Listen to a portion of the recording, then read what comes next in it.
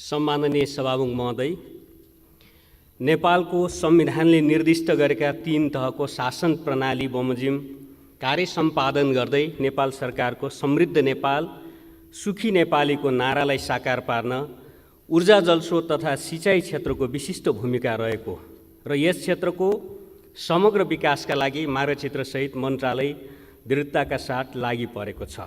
यस सन्दर्भमा माननीय सांसदज्यूहरूको निरन्तर सहयोग तथा सुझावको अमूल्य योगदान रहने विश्वास व्यक्त गर्दछु।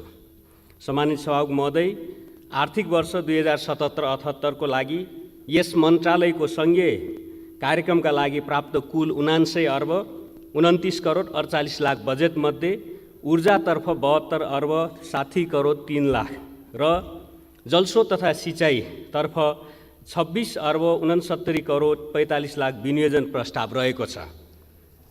अब 2077-78 को लागि यस मन्त्रालयसँग सम्बन्धित नेपाल सरकारको नीति तथा कार्यक्रम र बजेट वक्तव्यमा समावेश भएका विषयहरूको प्रभावकारी कार्यान्वयनका लागि विस्तृत कार्यान्वयन कार्ययोजना बनाई सो अनुसार नियमित अनुगमन गर्ने ब्यौरा समेत निवेदन गर्दछु। सामान्य सभामुख महोदय, अब म यस मन्त्रालयसँग सम्बन्धित विभिन्न विषयमा माननीय सदस्यज्यूहरूले उठाउनु भएको जिज्ञासाहरूका सम्बन्धमा स्पष्ट पार्ने प्रयास गर्दछु। ऊर्जातर्फ देशमा हालसम्म कुल विद्युत उत्पादन जडित क्षमता 1386 मेगावाट पुगेको छ। आगामी आर्थिक वर्षमा 456 मेगावाट क्षमताको माथिल्लो तामाकोशी जलविद्युत आयोजनाका साथै निर्माणाधीन रसुवागढी, माथिल्लो सान्जेन, मध्य भोटेकोशी निजी लगानीबाट प्रवर्धित अन्य आयोजनाहरू सम्पन्न भई करिब 1300 मेगावाट थप विद्युत राष्ट्रिय प्रसारण लाइनमा थपिनेछ। यसमा माथिल्लो तामाकोशी 456 मेगावाट हामी यसै आर्थिक वर्षमा सम्पन्न गर्ने लक्ष्य हुँदाहुँदै कोरोना भाइरस सङ्क्रमण काममा चाहिँ त्यसमा चाहिँ केही अप्ठ्यारा अवरोधहरूका कारणले हामी त्यसलाई सम्पन्न गर्न सकेनौँ। आगामी आर्थिक वर्षको सुरुमै भदौतिर नै यो कमिसनिङ हुने अथवा त्यो चाहिँ प्रसारण लाइनमा आउने सुचारू हुने म यहाँ विश्वास व्यक्त गर्न चाहन्छु। 1200 मेगावाट क्षमताको बुढी गण्डकी जलविद्युत आयोजनाको मुआवजा वितरण कार्य करिब 80% सम्पन्न भइसकेको र आगामी आर्थिक वर्ष सो कार्य सम्पन्न गरी निर्माणको लागि प्रक्रिया अघि बढाइनेछ। यस अलावा हरेक प्रदेशमा कम्तीमा 1 मेगा प्रोजेक्टको विकास गर्ने गरी दुधकोशी, अप्पर अरुण, तामाकोशी 5, नौमुरे, नलगाट, जगदुल्ला, बेतन कर्णाली, फुकोट कर्णाली, चैनपुर सेती लगायतका आयोजनाहरूको विकासका लागि प्रक्रिया अघि बढाइनेछ। साथै अन्तर्राष्ट्रिय लगानी मार्फत सार्वजनिक निजी साझेदारीमा तमोर, मारी, पश्चिम सेती र सुनकोशी 3 आयोजनाको अध्ययन कार्य सम्पन्न गरी निर्माण कार्य अघि बढाइनेछ। जलविद्युत आयोजनाको विकासमा लगानी व्यवस्थाका लागि सार्वजनिक निजी साझेदारी अवधारणा अनुरूप जनताको जलविद्युत कार्यक्रम मार्फत निजी क्षेत्रबाट समेत लगानी सङ्कलन गरी माथिल्लो अरुण, भेरी बबई डाइभर्सन तथा तामाकोशी 5 लगायतका जलविद्युत आयोजनाहरूको वित्तीय व्यवस्थापन गरी निर्माण कार्य अघि बढाइनेछ। विद्युत आपूर्ति प्रणालीलाई प्रभावकारी र भरपर्दो बनाई देशभित्र पर्याप्त र भरपर्दो विद्युत आपूर्तिको व्यवस्था गर्न प्रसारण लाइन निर्माणमा पर्याप्त विनियोजनसहित विशेष प्राथमिकता दिइएको छ। निर्माणाधीन हेटौडा धल्केवर इनरुवा, हेटौडा भरतपुर बर्दघाट, कालीगण्डकी कोरिडोर, मर्स्याङ्दी कोरिडोर आदि निर्माणाधीन प्रसारण लाइनहरूको निर्माण कार्यलाई तीव्रता दिइने र बुटोल कोवलपुर, भेरी कोरिडोर, कोशी कोरिडोर प्रसारण लाइनहरूको अध्ययन सम्पन्न गरी निर्माण प्रक्रिया अगाडि बढाइनेछ। न्यू बुटोल गोरखपुर दोस्रो अन्तर्देशीय विद्युत प्रसारण लाइनको निर्माण नेपाल र भारतको संयुक्त लगानीमा अघि बढाइनेछ। विद्युत सेवालाई थप भरपर्दो बनाउँदै विद्युत पहुँचमा वृद्धि गरी देशभित्र विद्युत ऊर्जाको खपत बढाउन 132 केभी तथा 33 केभी सब स्टेसनहरूको स्तर उन्नति तथा विस्तार गरिनेछ। आगामी आर्थिक वर्षमा ग्रामीण विद्युतीकरण समेत विशेष प्राथमिकता दिई 4 अर्ब बजेट विनियोजन गरिएको छ। यसको अलावा विभिन्न वैदेशिक स्रोत र ठुला आयोजनाहरू रहेका जिल्लाको विद्युतीकरण छुट्टै हुने गरी बजेट व्यवस्था छ। प्रदेश 2 बागमती, गण्डकी र प्रदेश 5 मा आगामी वर्ष पूर्ण रूपमा विद्युतीकरण गरिनेछ। साथै प्रदेश 1 कर्णाली र सुदूरपश्चिम प्रदेशमा वितरण प्रणाली विस्तारको लागि बहुवर्षीय ठेक्का सम्झौता सम्पन्न गर्ने गरी आगामी 2 वर्षभित्र पूर्ण विद्युतीकरण गरिनेछ। सिँचाइ र कृषिको लागि आवश्यक विद्युत सुलभ रूपमा उपलब्ध गराउन विशेष प्राथमिकता दिइनेछ। राष्ट्रिय प्रसारण तथा वितरण प्रणाली मार्फत विद्युतीकरण नभएका कर्णाली लगायतका हिमाली तथा उच्च पहाडी क्षेत्रहरूमा स्थानीय तह, प्रदेश सरकार तथा निजी क्षेत्र समेतको सहभागितामा सहकार्यमा 200वटा सोलर मिनी ग्रिड मार्फत ग्रामीण विद्युतीकरण गर्ने कार्य अघि बढाइनेछ। यस क्रममा राष्ट्रिय ग्रिड नपुगेका 97 गाउँपालिका र नगरपालिकालाई पहिलो प्राथमिकता दिइनेछ। विद्युतको घरायसी खपत कम हुने समयमा बढी ऊर्जा खपतका लागि उद्योगहरूलाई प्रोत्साहन गरिनेछ। उपलब्ध जलस्रोत तथा ऊर्जाको उपयोग गर्दै आत्मनिर्भर अर्थतन्त्र निर्माणका लागि विद्युतीय सवारी साधन तथा विद्युतीय चुलोको प्रयोगलाई प्रोत्साहन गर्ने गराउने नीतिबाट सरकार पछि हटेको छैन। विद्युत आपूर्तिको सुनिश्चिततासहित चार्जिङ स्टेसनहरू निर्माण तथा सञ्चालन गर्ने कार्य जारी रहेको र यस क्रममा आगामी आर्थिक वर्षभित्र 50वटा चार्जिङ स्टेसनहरूको निर्माणका लागि नेपाल विद्युत प्राधिकरणले आवश्यक प्रक्रिया अगाडि बढाइसकेको छ। जलविद्युत आयोजनाहरूको निर्माणका क्रममा नेपालमा उत्पादन नहुने विभिन्न निर्माण सामग्री तथा विद्युतीय उपकरणहरूमा मूल्य अभिवृद्धि कर छुट तथा 1% भन्सार लाग्दै आएको छ। यी निर्माण सामग्रीको छुट दिने सूचीमा विभिन्न समयमा सामान्य परिवर्तन गर्ने क्रममा पेनस्टक पाइपलाई यथावतै राखी स्टिल पाटामा केही भन्सार थप भए तापनि आगामी दिनमा यसको आवश्यक संशोधन गर्दै लगिनेछ।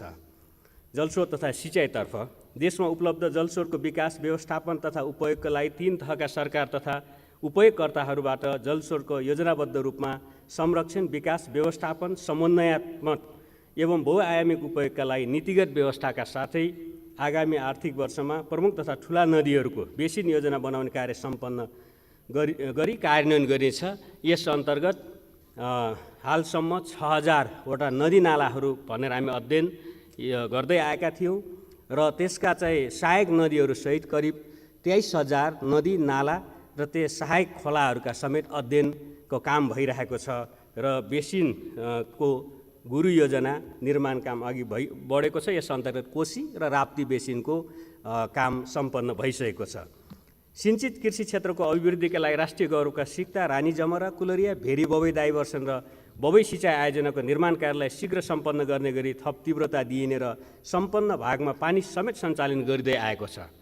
आगामी आर्थिक वर्षमा महाकाली सिँचाइ आयोजनालाई राष्ट्रिय गौरवको योजनाको रूपमा अगाडि बढाइएको म यहाँ जानकारी पनि गराउन चाहन्छु। पहाडी तथा हिमाली क्षेत्रका सिँचाइ सुविधा नपुगेका नदी छेउछाउका सबै कृषियोग्य टारहरूमा सौर्य ऊर्जाको समय उपयोग गरी सिँचाइ सेवा उपलब्ध गराई कृषिमा स्वरोजगार सिर्जना समेत सहयोग पुर्याउन सम्भाव्य सबै योजनाहरूको पहिचान गरी सम्भाव्यताका आधारमा लिफ्ट सिँचाइ योजनाहरू कार्यान्वयन गर्दै जाने गरी रकम विनियोजन गरिएको छ। यसबाट आगामी आबोमा मात्र थप करिब 500 हेक्टरमा सिँचाइ सुविधा पुगे सीमान्तकृत समुदाय लाभान्वित हुनेछन्।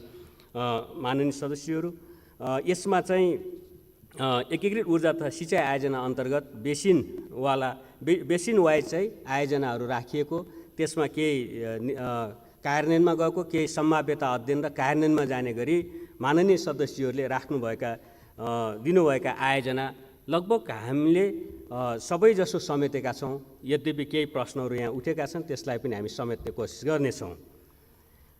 तराई मधेसका मधेसमा तराई सिँचाइ सेवा भरपर्दो नभएका कृषियोग्य क्षेत्रहरूमा रोजगार उन्मुख कृषि व्यवसायका लागि तत्काल सिँचाइ सेवा उपलब्ध गराउन समृद्ध तराई मधेस विशेष कार्यक्रमको विनियोजनमा उल्लेख्य वृद्धि गरिएको र तराई मधेसका सबै जिल्ला तथा पालिकाका सम्भाव्य र अन्य सिँचाइको विकल्प नभएका स्थानहरूमा प्राथमिकता आधारमा 5000 स्यालो ट्युबवेल र 247वटा डिप ट्युबवेल निर्माण गरी यसबाट मात्रै 22000 हेक्टर जमिनमा सिँचाइ सुविधा थप विस्तार गरिनेछ। यसबाट कृषि मन्त्रालयसँग हामी एउटा संयन्त्र नै बनाएर सहकार्य गरेका छौँ कि एउटा सर्वेक्षणले राष्ट्रिय योजना आयोगले गरेको सर्वेक्षण अनुसार करिब 80 लाख स्थायी तथा अस्थायी रोजगार मान्छेहरूले रोजगारी गुमाएको यो चाहिँ कोरोना भाइरसको सङ्क्रमण, लकडाउन यो क्रममा र एउटा अर्को अध्ययनले के बताएको छ भने स्थायी रूपले रोजगार रहेका 11 लाख मान्छेहरूले आफ्नो रोजगारी गुमाएको छ। करिब 10 लाख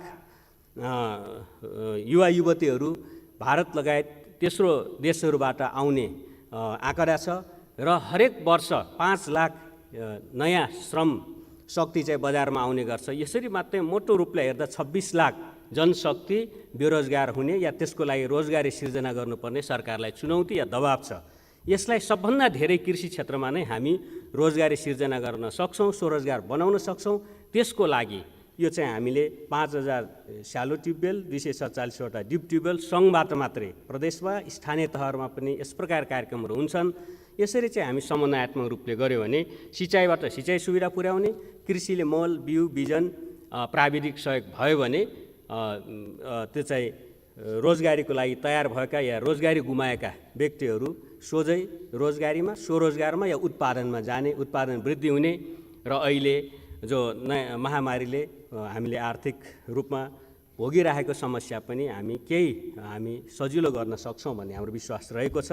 र यसैमा मान्यजीहरूको प्रश्न आएको छ, सबै जो स्यालो ट्युबवेल भनेको अलिक सतहबाट कम गहिराइबाट हामी चाहिँ पानी निकाल्छौँ त्यसमा जहाँ हाम्रो एउटा म्यापिङ छ, देशभरि म्यापिङ गर्दा जहाँ चाहिँ स्यालो ट्युबवेलको सम्भावना छ त्यो गाउँपालिका, नगरपालिकामा मोटामोटी अनुपात मिलाएर अहिले राखिएको छ। त्यसलाई अझ ठोस डिटेल गर्दा, थप डिटेल गर्दा चाहिँ मान्यजीहरूकै सल्लाहमा, सुझावमा हामी त्यसलाई गर्छौँ। कुनै पनि दबावमा, कुनै पनि प्रभावमा, कुनै चाहिँ राजनीतिक आस्था हेरेर यसमा गरिएको छैन। डिप ट्युबवेलको हकमा गत वर्ष चलिराखेकालाई हामी निरन्तरता राखेका छौँ। केही चाहिँ माननीयजीहरूसँग हामी मागे अनुसार कम्तीमा पनि एक मान्यजीको मागलाई एउटा मात्रै भए पनि सम्बोधन गर्ने गरी हामी कोसिस गरेका छौँ। यदि त्यसरी कहीँ छुट्न गएको छ भने त्यसलाई पनि हामी सम्बोधन गर्ने प्रयत्न गर्ने म यहाँ विश्वास व्यक्त गर्न चाहन्छु। सम्मानित सभामुख महोदय, तराई मधेसको विशेषतः 2 नम्बर प्रदेशमा भरपर्दो सिँचाइका लागि रूपान्तरणका देखिएको सुनकोशी मरिन डाइभर्सन बहुउद्देश्य आयोजनाको सम्पूर्ण तयारीका कार्य पुरा भइसकेको र आगामी आबोमा टनेल निर्माणको कार्य सुरु गरिनेछ।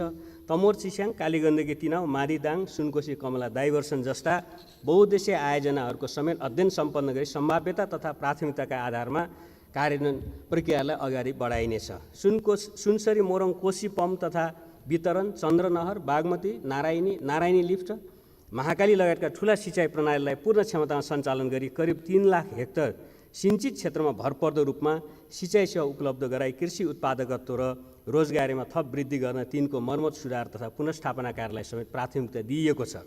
महाकाली, कर्णाली, बबई, राप्ती, बाणगङ्गा, नारायणी, बागमती, कमला, त्रियुगा तथा कोशी जस्ता ठुला नदी र तराई मधेस तथा पहाडका अन्य जोखिमयुक्त खोला तथा पहिरोहरूको प्रभावकारी नियन्त्रण तथा व्यवस्थापनका लागि आगामी आर्थिक वर्षमा करिब 6 अर्ब विनियोजन गरिएको छ।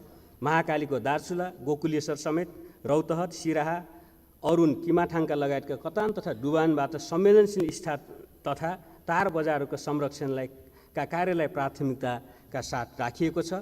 तराई मधेस तथा पहाडका अन्य खोला नालाहरूका जोखिमयुक्त स्थानहरूको समेत पहिचान गरी स्थानीय सामग्री, श्रम र प्रविधि समेतको उपयोग गरी कार्यान्वयन गर्दै लगिनेछ।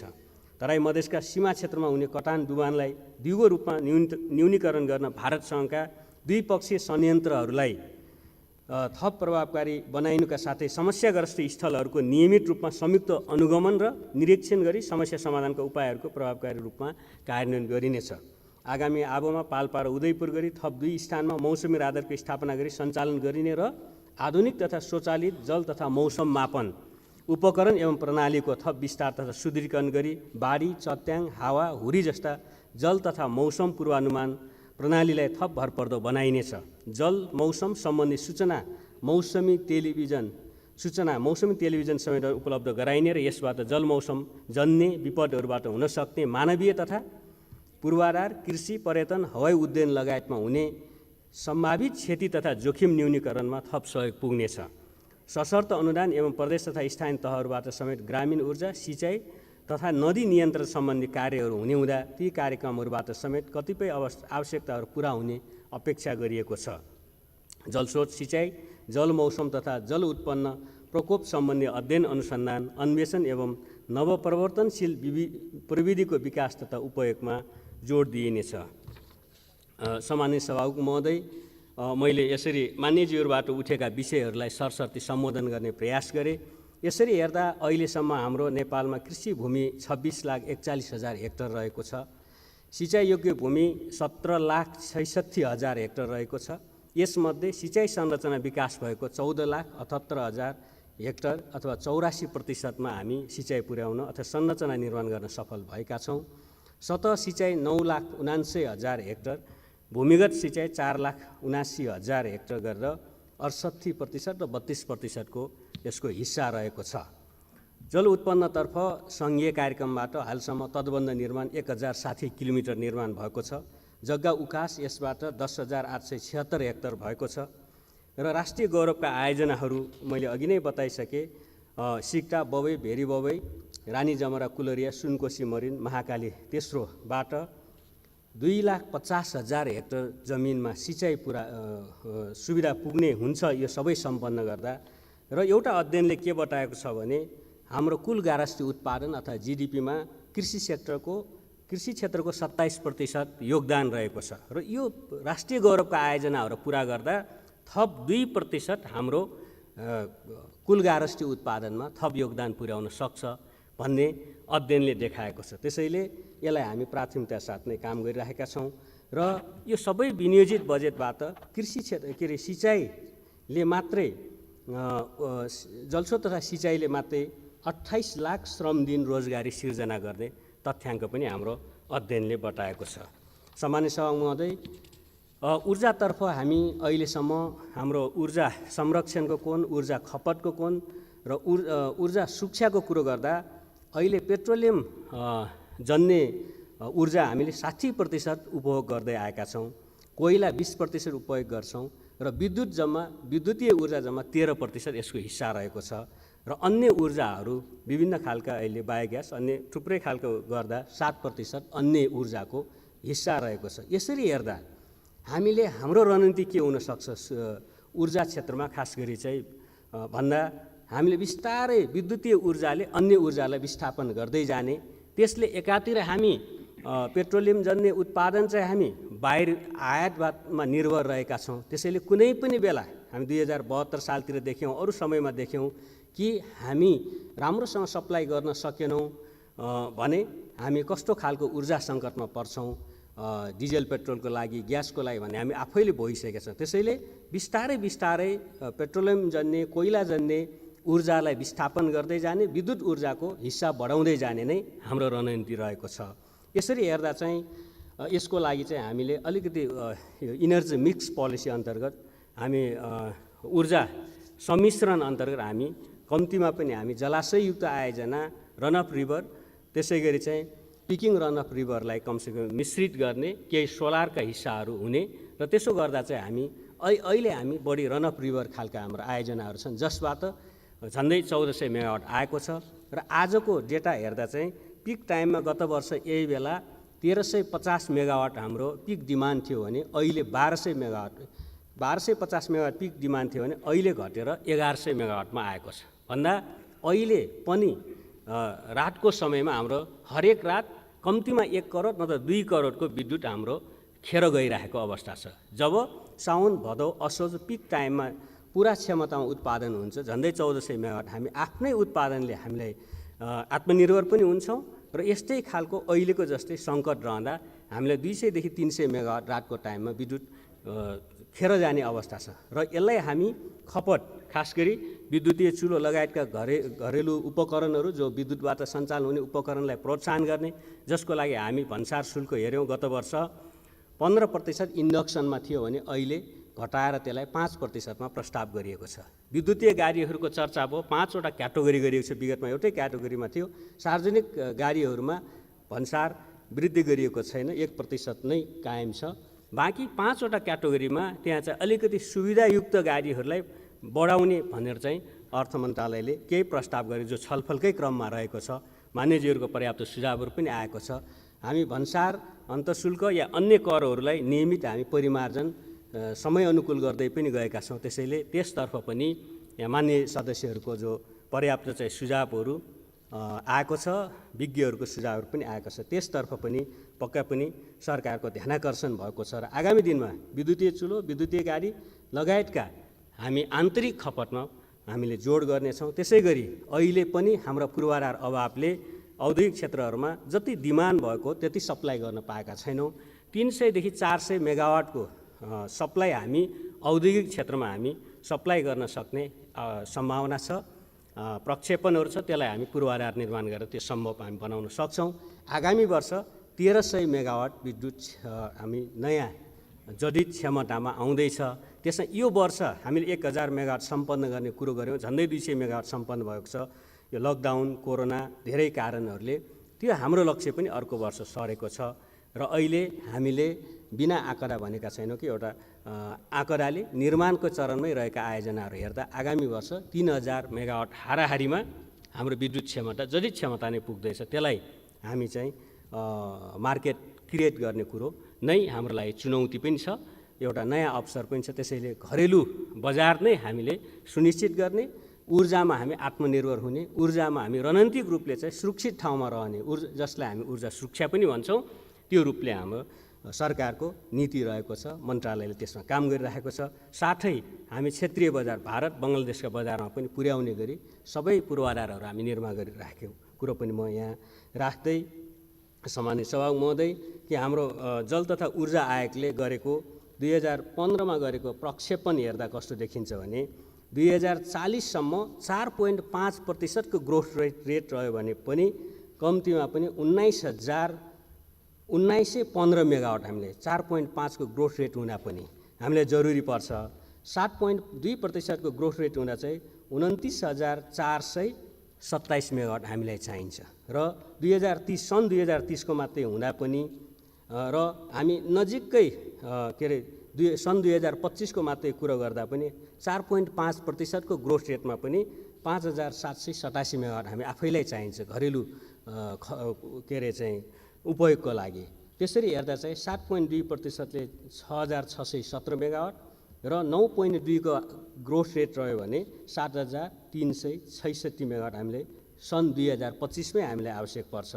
यसमा अलिकति पोलिसी इन्टरभेन्सन गर्ने अथवा यस्तै विद्युतीय गाडी, विद्युतीय चुलो या अरू कुनै यहाँ चाहिँ मलको कुरा आयो, यस्तै थप विद्युत खपत गर्नेतिर नीतिगत रूपले नै हामी गर्दा चाहिँ 7.2मा जान चाहिँ 10,000 मेगावाट 2025मै 9.2मा जाँदा 10,800 मेगावाट चाहिने हामीलाई जरुरी छ। त्यसैलाई नै हामी आधार बनाएर 10 वर्ष अथवा 2018 देखि हिसाब गरेर 2028 सनमा पुग्दा हामीलाई 10,000 मेगावाट आफूलाई जरुरी पर्छ र 15,000 मेगावाट भयो भने सबै प्रकारको रन अफ रिभर पिआरओ र चाहिँ रिजर्वायर गर्दा चाहिँ हामी आफू सेफ ठाउँमा हिउँदमा पनि आत्मनिर्भर हुन्छौँ, बर्खामा अलिकति बढी हुनेलाई हामी क्षेत्रीय बजारमा पुर्याउन सक्छौँ भन्ने स्ट्राटेजीका साथ नै काम गरिरहेको म यहाँ अनुरोध गर्न चाहन्छु। र यसरी हेर्दा चाहिँ अहिले हाम्रो विद्युतीय सवारीमा एउटा आँकडा के आएको रहेछ अध्ययनमा, 1 किलोमिटर गुड्नको लागि 1 रुपियाँदेखि 1 रुपियाँ 50 पैसाको विद्युतले अथवा त्यति कस्टले विद्युतीय सवारी साधन कुद्न सक्दो रहेछ। तर विद्युतीय सवारीको चाहिँ सुरु मूल्य फेरि महँगो पर्छ। पेट्रोलियम या डिजेलका गाडीहरू सुरुमा अलि सस्तो पर्छ, तर पछि 1 किलोमिटरको लागि 60 रुपियाँदेखि 10 रुपियाँसम्म लागत आउँदो रहेछ चाहिँ प्रति किलोमिटर यसको लागत। यसरी चाहिँ एउटा अध्ययन पनि छ। इन्डक्सनमा चाहिँ अहिलेकै मूल्य हामी मूल्य समायोजन गर्दैछौँ, अहिलेकै मूल्य हेर्दा चाहिँ 10 देखि 15% सस्तो ग्यासभन्दा पर्दो रहेछ। त्यसैले हामी ऊर्जा खपत हामी विद्युतीय ऊर्जातिर जानुको अर्थ त्यसै गरी विद्युतीय ऊर्जामा गएर ऊर्जा सुरक्षा गर्नुको अर्थ हामी हाम्रो ऊर्जामा आत्मनिर्भर हुने कुरो त भइ नै हाल्यो। त्यसै गरी हामी विदेशी मुद्राको सञ्चितिलाई मजबुत बनाउने, आयातलाई प्रतिस्थापन गर्ने र समग्र अर्थतन्त्रलाई बलियो बनाउने कुरो पनि हो। त्यसैले यसको बहुआयामिक यसको महत्त्व रहेको कुरो म यहाँ राख्न चाहन्छु। र energy program on economic impact on the poor power quality on industry 2003 को अध्ययन प्रतिवेदन के भन्दो रहेछ भने प्रति युनिट विद्युत खपतमा 1 युनिट विद्युत खपत गर्दा 84 रुपियाँ बराबरको इकोनोमिक भ्यालु एडिसन हुँदो रहेछ। 1 युनिट विद्युत थप खर्च गर्दा 84 रुपियाँ बराबरको त्यसले भ्यालु एड गर्दो रहेछ। त्यसो गर्दा यो विद्युतीय ऊर्जा जति हामीले आन्तरिक रूपले खपत गर्न सक्यौँ त्यति धेरै हाम्रो ओभरअल हाम्रो अर्थतन्त्रलाई गतिशील बनाउने, चलायमान बनाउने, बलियो बनाउने हुँदो रहेछ। त्यसैले यही अनुसार नै हामी चाहिँ काम गरिरहेको कुरो म यहाँ राख्न चाहन्छु। र यसरी हेर्दा सबभन्दा धेरै अहिले नर्वेले चाहिँ पर क्यापिटा कन्जम्सन अथवा एक व्यक्तिले कति कन्ज्युम गर्दो रहेछ भने 24,006 युनिट किलोवाट आवर भन्छ यसलाई। 24,006 युनिट एक व्यक्तिले प्रयोग गर्दो रहेछ वार्षिक। त्यसै गरी अमेरिकामा जान 12,081 युनिट, चाइनामा 4,475 युनिट, इन्डियामा जान 1,200 युनिट, भुटानमा जान 2,895 युनिट, हाम्रो साउथ एसियाको कुरो गर्दा पाकिस्तानमा 971 युनिट र श्रीलङ्कामा 494 युनिट बङ्गलादेशमा 460 युनिट, नेपालमा हामी 245 किलोवाट आवर अथवा 245 युनिट मात्रै गर्छौँ भन्दा यसले पनि बताउँछ कि जसले आन्तरिक खपतमा धेरै विद्युत उपयोग गर्छ त्यसले चाहिँ पर क्यापिटा कन्जम्सन धेरै छ, त्यसको चाहिँ इकोनोमी पनि राम्रो छ भन्ने देखाउँछ। र हामी अहिले चाहिँ दक्षिण एसियामा पनि सबभन्दा कमजोर हाम्रो विद्युत खपतको क्षमता रहेको म यहाँ राख्दै सामान्य सभामुखलाई अन्तिमतिर म यहाँ के राख्न चाहन्छु भने हालसाल नयाँ बजेटबाट हामीले चाहिँ 10 युनिटसम्मको विद्युत उपयोग गर्ने उपभोक्ताहरूलाई छुटको व्यवस्था, यो इनर्जी शुल्क मिनाएको व्यवस्था गरिएको छ। त्यसरी हेर्दा चाहिँ 8,61,000 ग्राहकलाई त्यसले सोझै राहत गर्दो रहेछ। यसलाई हामी मान्यजीले के प्रश्न गर्नु कहाँदेखि यो चाहिँ व्यवस्था गर्नुहुन्छ भन्नुभएको छ।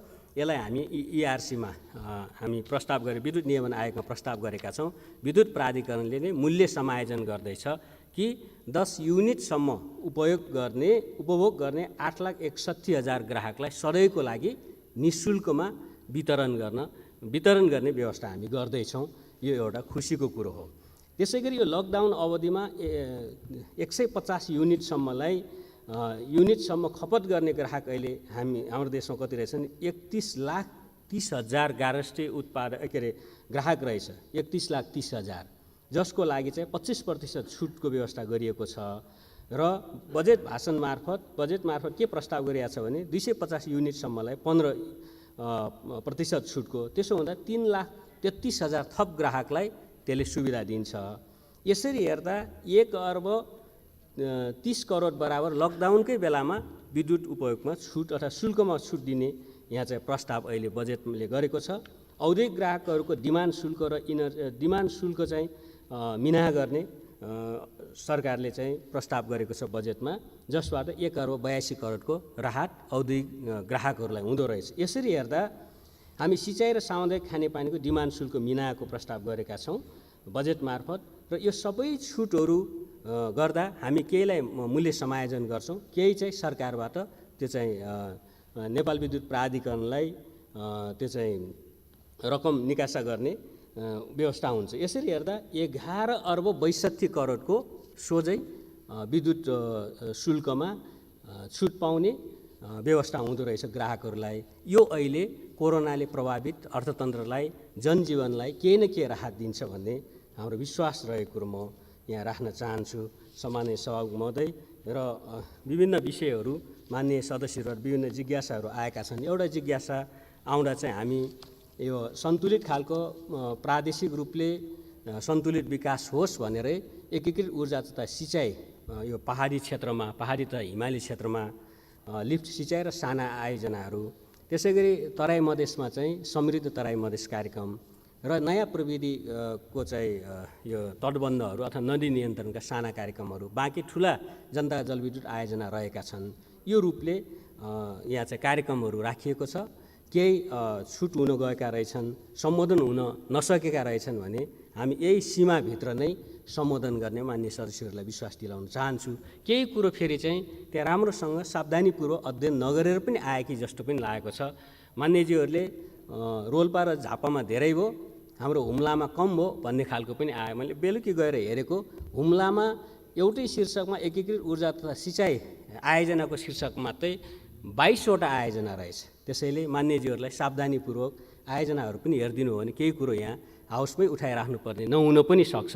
म यो पनि अनुरोध गर्दै मान्यजीहरूले यो चाहिँ जसरी रचनात्मक ढङ्गले सुझावहरू दिनुभएको छ त्यसको लागि चाहिँ म विशेष धन्यवाद दिँदै म चाहिँ आगामी दिनमा पनि यसरी नै सम्मानित सदनबाट सहयोग रहनेछ भन्ने म सामान्य सभामुख महोदय मार्फत म अनुरोध गर्न चाहन्छु। र अन्तमा यो चाहिँ खर्च कटौती सम्बन्धी जो प्रस्ताव आएको छ, पक्का पनि यति कुरोहरू बताइसकेपछि माननीय सदस्यहरूले यो खर्च कटौतीको होइन कि बरु चाहिँ केही बढोत्तरी गर्नुपर्ने आउँछ सुझाव जस्तो लाग्छ। किनभने गत वर्षभन्दा कोरोना प्रभाव कारणले खास गरी पूर्वाधार मन्त्रालयहरूमा बजेट के कम छ, तब त्यो कम रकम विनियोजनभित्रै पनि वैज्ञानिक ढङ्गले सन्तुलित ढङ्गले व्यवस्थापन गर्न विनियोजन गर्न कोसिस गरिएको कुरो पनि म जानकारी गराउँछु। धन्यवाद। प्रश्नकर्ता मान्यजीहरूलाई म विशेष धन्यवाद दिन चाहन्छु। खास गरी वर्षायामको खेर जाने विद्युतको बारेमा हामी बिस्तारै लकडाउन खुला हुन्छ, कोरोनाको प्रभाव कम हुन्छ, अर्थतन्त्र र सामाजिक जीवन चलायमान हुन्छ, अनि खपत वृद्धि भएर जान्छ र अहिलेकोलाई चाहिँ त्यति धेरै समस्या हुँदैन।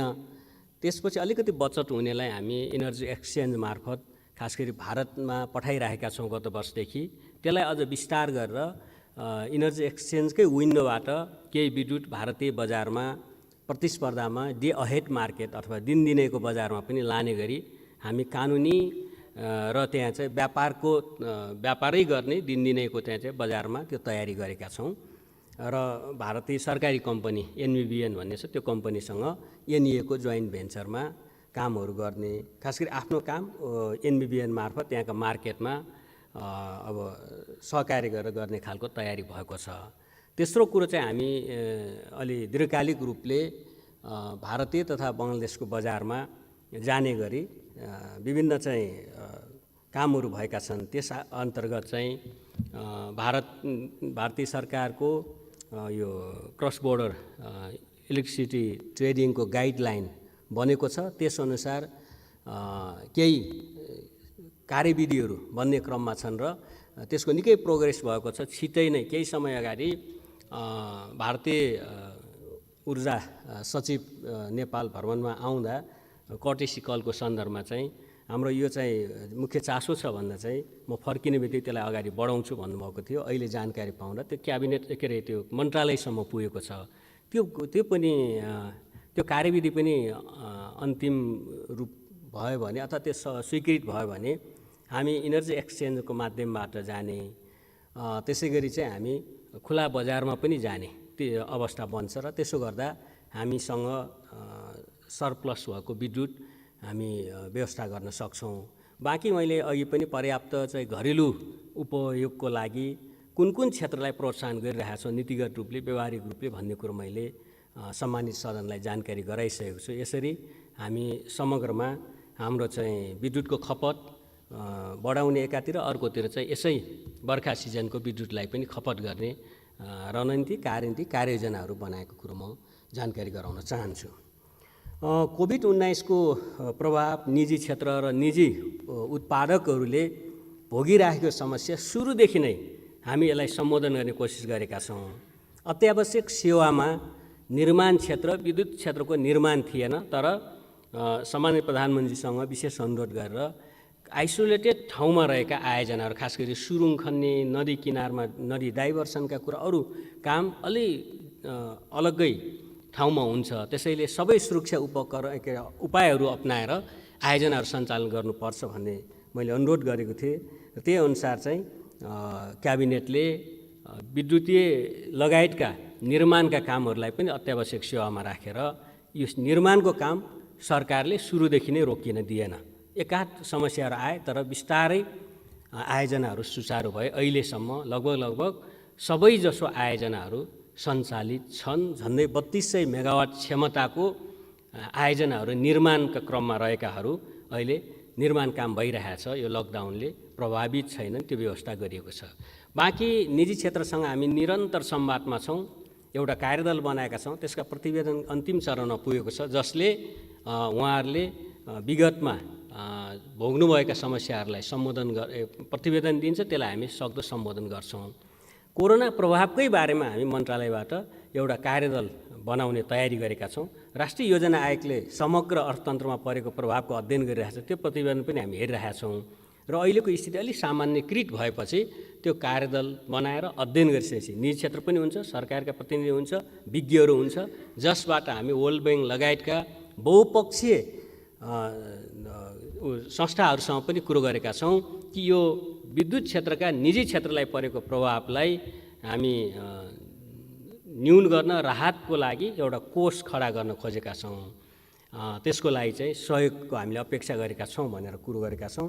वर्ल्ड ब्याङ्क लगायतका निकायहरूको, संस्थाहरूको सकारात्मक प्रतिक्रिया रहेको छ। त्यसरी हामी निजी क्षेत्रलाई पनि कोरोना प्रभाव यथार्थ हो, सबै क्षेत्रमा परेको छ, सरकार एक्लैले यसलाई सामना गर्न सक्दैन, तर निजी क्षेत्र र आम जनता मिलेर यसलाई चाहिँ यसको प्रभावलाई यसलाई सबैले सेयरिङ गर्ने खालको ढङ्गले जानुपर्छ भन्ने नै हाम्रो विश्वास छ। त्यो अनुसार निजी क्षेत्रलाई हामी संवादमा पनि छन्, विश्वासमा पनि लिएका छौँ र थप आगामी दिनमा पनि उहाँहरूका अप्ठ्यारोलाई हामी हेर्ने नै छौँ। त्यसै गरी आयात निर्यातको अवस्थामा हामीले गत वर्ष झन्डै 18 अर्बको भारतबाट हामीले विद्युत आयात गरेका थियौँ। गत वर्ष 37 करोडको हामी निर्यात गरेका थियौँ एनर्जी एक्सचेन्जको माध्यमबाट। अहिले त्योभन्दा अलिक बढी हामी सरप्लस हुने अवस्था देखिरहेको छ र अहिले पनि पिक टाइमको डिमान्ड खास गरी चाहिँ हिउँदमा हामीसँग असाध्यै घटेर जान्छ कि 400-500 मेगावाटतिर जाँदा हिउँदमा हामी अलिक बढी चाहिँ विद्युत लिइरहेका छौँ। त्यसलाई हामी आफ्नै उत्पादनले हामी आत्मनिर्भर हुनलाई केही वर्ष लाग्ने अवस्था हाम्रो तथ्याङ्कहरूले बताउँछ, हाम्रो निर्माण भइराखेकाहरूको आयोजनाहरूले बताउँछ। र बाढी तटबन्ध लगायत डुबान लगायतका कुराहरूमा सरकार गम्भीर नभएको कुरो पटक पटक उठ्ने गरेको छ।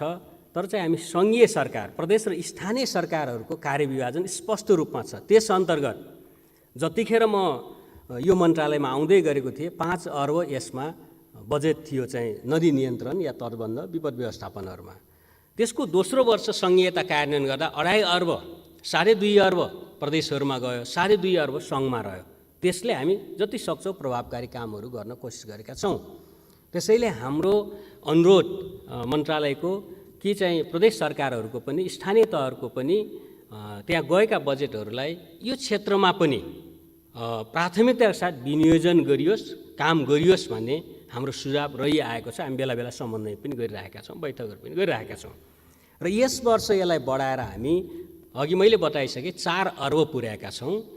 4 अर्ब तराई मधेसमै खर्च हुन्छ यो सबै र नयाँ प्रविधिबाट खर्च हुने चाहिँ नदी नियन्त्रण 90 करोड छ।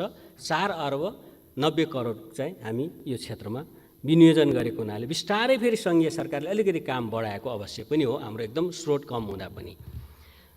र स्यालो ट्युबवेल र डिप ट्युबवेल, स्यालो ट्युबवेल हामी सबै नै प्रदेशमा पठाएको हो खासमा पहिलो वर्ष। तर अध्ययनले के देखायो भने प्रदेशको पूर्वाधार मन्त्रालय, भौतिक पूर्वाधार सम्बन्धी मन्त्रालयमा एकमुष्ट त्यो बजेट जाने। त्यसो हुँदा चाहिँ सिँचाइतिर निकै कम, स्यालो ट्युबवेल डिप ट्युबवेलहरू लगभग असाध्यै कम खर्च, बरु सडकमा खर्च हुने, त्यहाँ प्राथमिकतामा नपर्ने हुँदा केही न केही सङ्घीय सरकारले पनि काम गरिराख्नुपर्ने आवश्यकता महसुस एकातिर। अर्कोतिर कोरोना प्रभावले थुप्रै हाम्रा युवा युवतीहरूले रोजगारी गुमाउने र उत्पादनको क्षेत्र खास गरी कृषिको क्षेत्रमा चाहिँ हामी केन्द्रित गर्नुपर्ने आवश्यकताले पनि यसपटक एकमुष्ट गत वर्ष जम्मा 400वटा स्यालो ट्युबवेल गरेका छौँ। एकैसाथ 5000 स्यालो ट्युबवेल अहिले गर्दैछौँ। गत वर्ष 100 डिप ट्युबवेल थियो, अहिले 247 ट्युबवेल। यसले क्षमताअनुसार सबै जडान हुँदा 22000 हेक्टरमा एकै वर्ष सिँचाइ सुविधा पुग्छ, जसले उत्पादन वृद्धि गर्छ। यो चाहिँ धेरै वृद्धि नै हो। मान्य सदस्यसँग म यो अनुरोध गर्न चाहन्छु।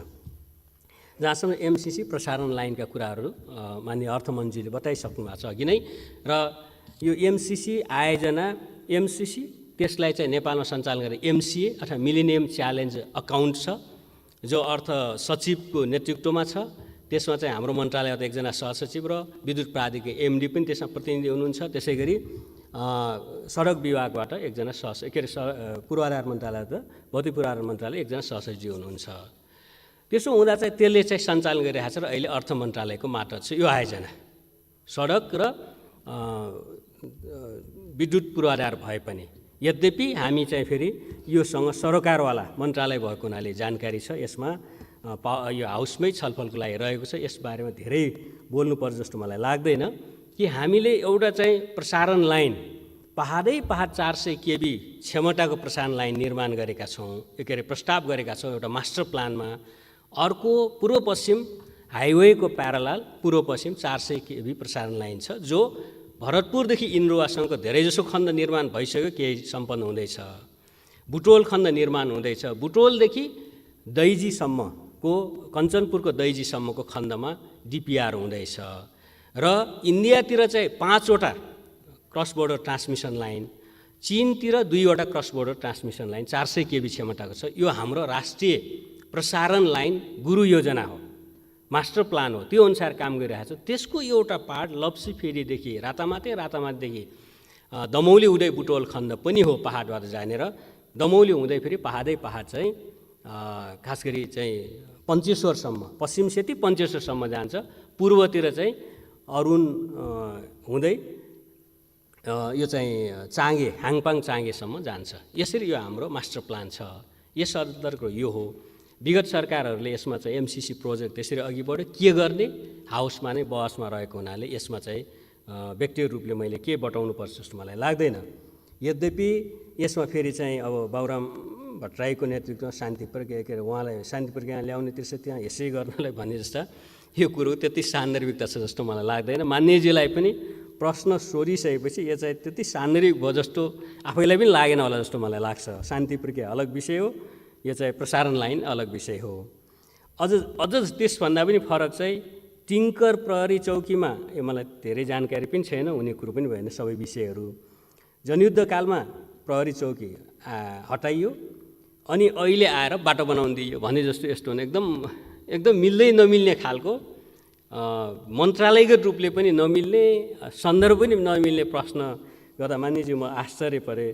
तैपनि चाहिँ यसमा फेरि पछि आएर एउटा कुरो चाहिँ कस्तो हो भने एकजना परीक्षामा एकजना मान्छेले चाहिँ गाईको निबन्ध राम्रोसँग कण्ठ गरेर गएको, तर इक्जाममा चाहिँ के आएछ भने चाहिँ हिमालको निबन्ध लेख्नुपर्ने आयो। अनि त्यो हिमालको बारेमा त अध्ययनै गरेको छैन भन्दा चाहिँ, अनि पछि चाहिँ के गर्ने त भन्दा चाहिँ बस्दै परीक्षामा आइडिया लगाएर लेख्नु त पऱ्यो के भन्दा चाहिँ हिमाल के अरे उत्तरतिर हिमालहरू, सेता हिमालहरू हुन्छन्, त्यहाँबाट चाहिँ हिम नदीहरू बग्छ, तल आएर नदी हुन्छ, नदी हुँदै नदीका किनारहरू चाहिँ अब फाँटहरू हुन्छन्, त्यहाँ चाहिँ हरिया फाँटहरू घाँसहरू पाउँछ, अनि त्यहाँ गाईले चाहिँ यसरी घाँस चर्ने यता भन्दै सबै चाहिँ बाँकी सबै गाईको निबन्ध, चारखुट्टा, सिङ, दुध आदि गरेर चाहिँ सबै गाईको निबन्ध लेखेको भन्ने हुन्थ्यो। त्यसो गर्दा चाहिँ अब ६३ साल शान्ति प्रक्रिया, प्रहरी चौकी, टिङ्कर अनि बाटो, अनि आएर तल फेरि एउटा चाहिँ त्यहाँ किन बिजुली नपुर्या भन्दा चाहिँ त्यो चाहिँ फेरि सान्दर्भिक भएको हुनाले माननीय सदस्य मैले यसमा चाहिँ त्यहाँ पनि र हामी जस्तै हामी ९७वटा गाउँपालिका जहाँ विद्युत नपुगेको हामी 200 ग्रिड हामी अहिले पुर्याउँदैछौँ र यस्तै ठाउँहरू सम्बोधनको लागि। सुस्तामा जहाँ सरकारी निकायहरू निकै कम पुगेको रहेछ, एउटा सशस्त्र प्रहरीको बिओपी, त्यसपछि पहिलो पटक जस्तै शिक्षा मन्त्री माननीय गिरिराजमणि पोखरेल पुग्नु भएको रहेछ एउटा विद्यालय। अनि चाहिँ त्यसको चाहिँ अर्को चाहिँ हामी ऊर्जा जलस्रोत सिँचाइ मन्त्रालय पुग्यौँ गत वर्ष, त्यहाँ 100 किलोवाटको चाहिँ के अरे वैकल्पिक ऊर्जा मार्फत हामीले हाम्रो मन्त्रालयले त्यहाँ विद्युतको चाहिँ आयोजना अगाडि बढायौँ र अहिले अन्तिम चरणमा छ। त्यहाँ जम्मा 60 किलोवाट चाहिने रहेछ, तर हामी 100 किलोवाटको विद्युत आयोजना त्यहाँ निर्माण गरिरहेको। त्यसैले मान्यजी जस्तै राष्ट्रियतामा, राष्ट्रिय स्वाधीनतामा, राष्ट्रिय स्वाभिमानमा हामी चाहिँ यसमा चाहिँ हामी सरकार व्यक्तिगत रूपले म यसमा हामी प्रतिबद्ध छौँ। यसमा कुनै शङ्का गर्न आवश्यक छैन। बरु राष्ट्रियताको विषय, छिमेकसँगको सम्बन्ध धेरै गम्भीर विषय पनि हो। त्यसै यसलाई चाहिँ कुनै एउटा सवाल जवाफको विषयभन्दा पनि गम्भीर रूपले विमर्श गर्नुपर्ने विषय, सहमति बनाउनु पर्ने विषय हो। यो मान्यजीको यो चाहिँ गम्भीर नै विषय हो, ध्यानाकर्षण भन्ने मैले लिएको छु। यति कुरो राख्दै मान्यजीको अर्को प्रश्न छ कर्णाली, अप्पर कर्णालीको छ। यो गत वर्ष पनि यही रूपमा एक दिनमा 7-8 मन्त्रालयको बजेटमाथि छलफल गराइनु आयोजना सञ्चालन भइरहेको छ। त्यस अन्तर्गत गत वर्षभन्दा अलिकति प्रगति यो चाहिँ बङ्गलादेशसँग विद्युत बिक्री गर्नलाई पिपिए गरेको सम्मको चाहिँ रिपोर्ट थियो। त्यसै यो चाहिँ कोरोना प्रभाव, लकडाउनहरू त्यसले गर्दा यतातिरको 3-4 महिनाको प्रगति खासै आएको छैन, थाहा छैन। बाँकी मान्यजीको स्पिरिटसँग, भावनासँग म पनि सहमत छु, सरकार पनि सहमत छ। र पश्चिम सेती लगानी बोर्ड मार्फत हामी फेरि पब्लिक कल गरेका छौँ। त्यसमा केही निवेदनहरू परेका छन्, त्यसको मूल्याङ्कनहरू भइरहेको छ। त्यसलाई चाहिँ उपयुक्त तरिकाले अगाडि बढाइनेछ। खास गरी चाहिँ अन्तर्राष्ट्रिय लगानी र पिपिपी मोडलमा नै अगाडि जाने यो सम्भावनाहरू अगाडि बढेको छ। कर्णाली चिसापानी हाम्रो देशकै सबभन्दा ठुलो 10,800 मेगावाट क्षमताको जलविद्युत आयोजना हो। विगतमा जाइकाको सहयोगमा यो चाहिँ अध्ययन भएको थियो। त्यो अध्ययनलाई अपडेट गर्नलाई हामी चाहिँ अध्ययन गरिरहेका छौँ, अथवा केही अपडेट भइरहेको छ अध्ययनहरू।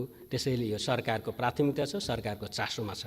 मैले यति कुरो राख्दै सामान्य सभा महोदय, मान्य सदस्यहरूको यो गम्भीर सुझाव, यो हामी कोरोनाको प्रभाव को बिचमा पनि हामीले जसरी चाहिँ यसरी हाम्रो सार्वभौम संसदलाई हामी सञ्चालन गऱ्यौँ, बहस गऱ्यौँ र निकै सीमित भए पनि मान्यज्यूहरूको फेरि प्रश्नहरू जिज्ञासाहरू आए।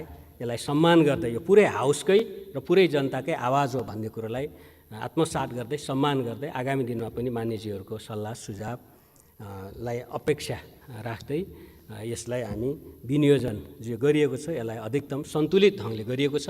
केही सन्तुलन नमिलेको रहेछ भने आगामी दिनमा यसलाई सन्तुलन मिलाउने प्रतिबद्धता साथ बिदा हुन्छ। धन्यवाद। मान्य सदस्यहरू, ऊर्जा, जलस्रोत तथा सिंचाई मन्त्रालय सम्बन्धी विनियोजन शीर्षकहरू